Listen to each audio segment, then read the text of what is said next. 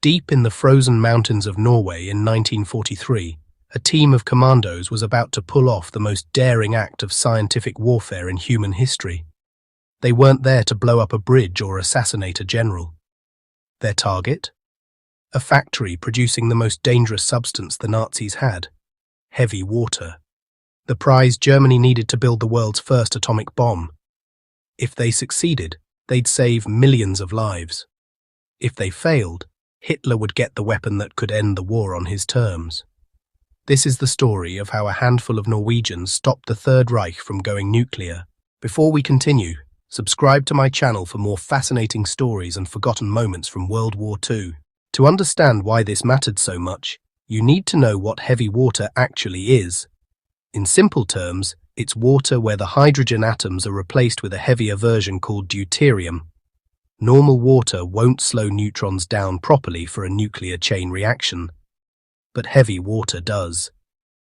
Back in the 1940s, the Germans believed this was their path to splitting atoms and creating plutonium for bombs.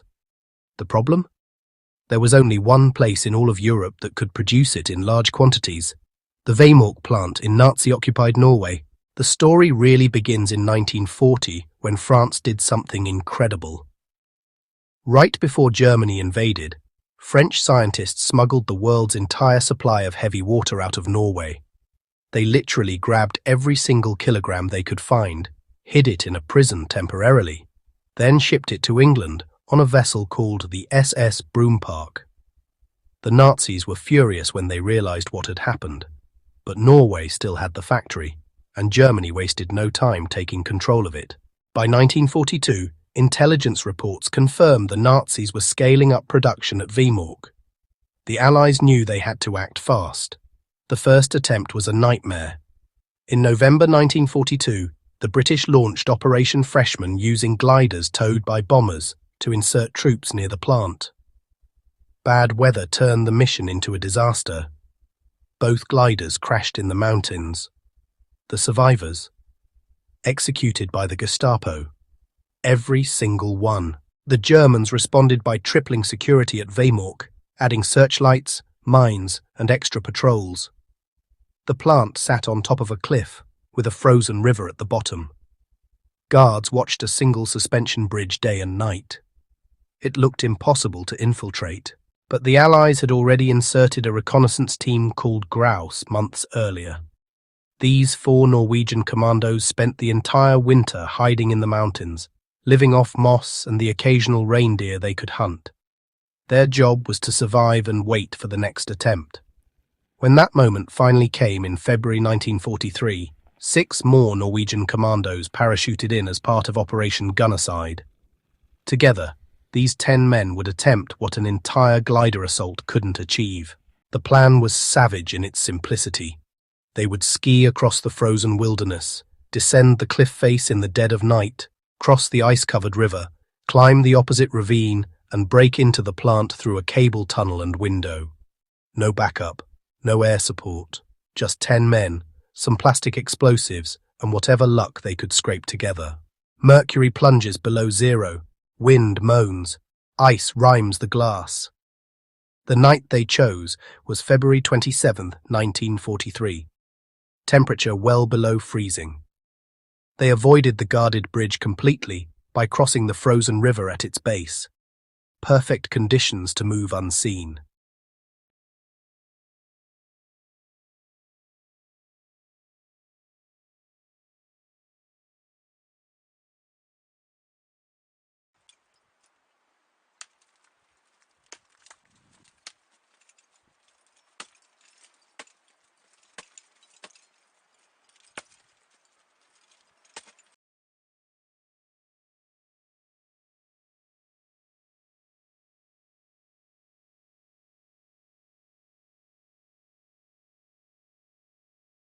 They located the heavy water chambers in the basement, planted explosives on 18 electrolysis cells, and set fuses with enough delay to let them escape.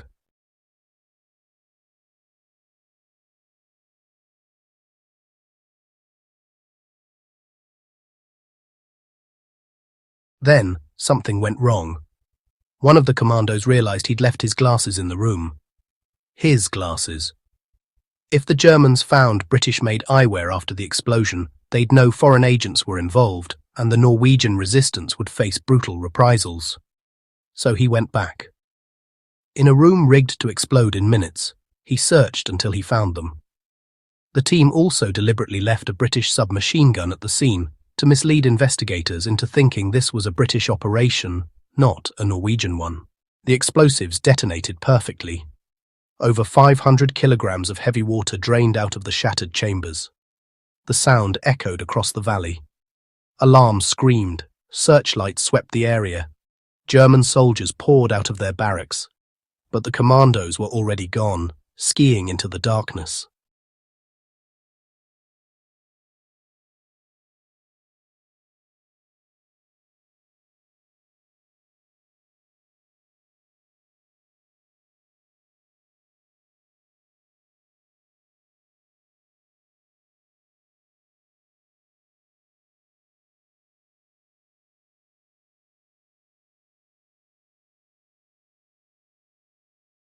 Germany tried to rebuild. They repaired the plant and resumed production, though it never reached previous capacity. Allied bombers pounded Vemork repeatedly, killing Norwegian civilians in the process, but failing to destroy the reinforced basement where the heavy water was stored. By 1944, the Nazis decided to cut their losses and move everything to Germany. They loaded the remaining supply onto a ferry called the SF Hydro for transport across Lake Tinn. The Norwegian resistance wasn't done.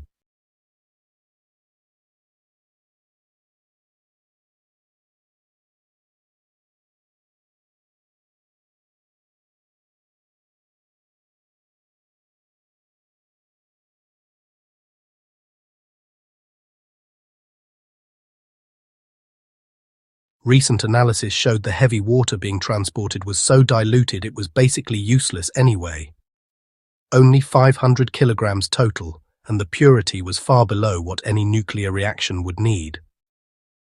But the Germans didn't know that. To them, it was another catastrophic setback. Behind these operations was a man named Leif Tronstad, a scientist turned spy who provided the Allies with detailed intelligence on Germany's nuclear program. He helped plan the Vemork sabotage, despite being forbidden from leading the mission himself. His work was critical in identifying exactly where to strike and when.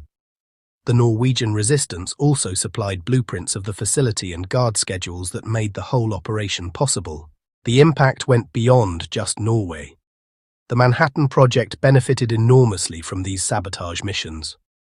While the Americans were racing to build their own atomic bomb, they knew Germany's program was crippled. Hitler himself had already decided the bomb wouldn't be ready in time to affect the war outcome. The German nuclear effort, called the Uranverein or Uranium Club, was fragmented and poorly coordinated. They'd also purged Jewish physicists before the war, gutting their own scientific talent pool. When Allied forces captured German nuclear scientists and facilities in 1945, they found a program that never came close to success. The Vemork sabotage is now recognized as one of the most successful covert operations of World War II. 10 men accomplished what bombing raids and military assaults couldn't.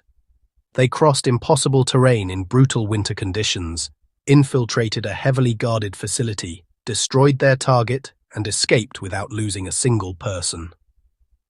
The entire operation inside the plant took less than 30 minutes. If this story left you stunned, hit that like button, subscribe, and share this with anyone who thinks Special Forces operations started in the modern era.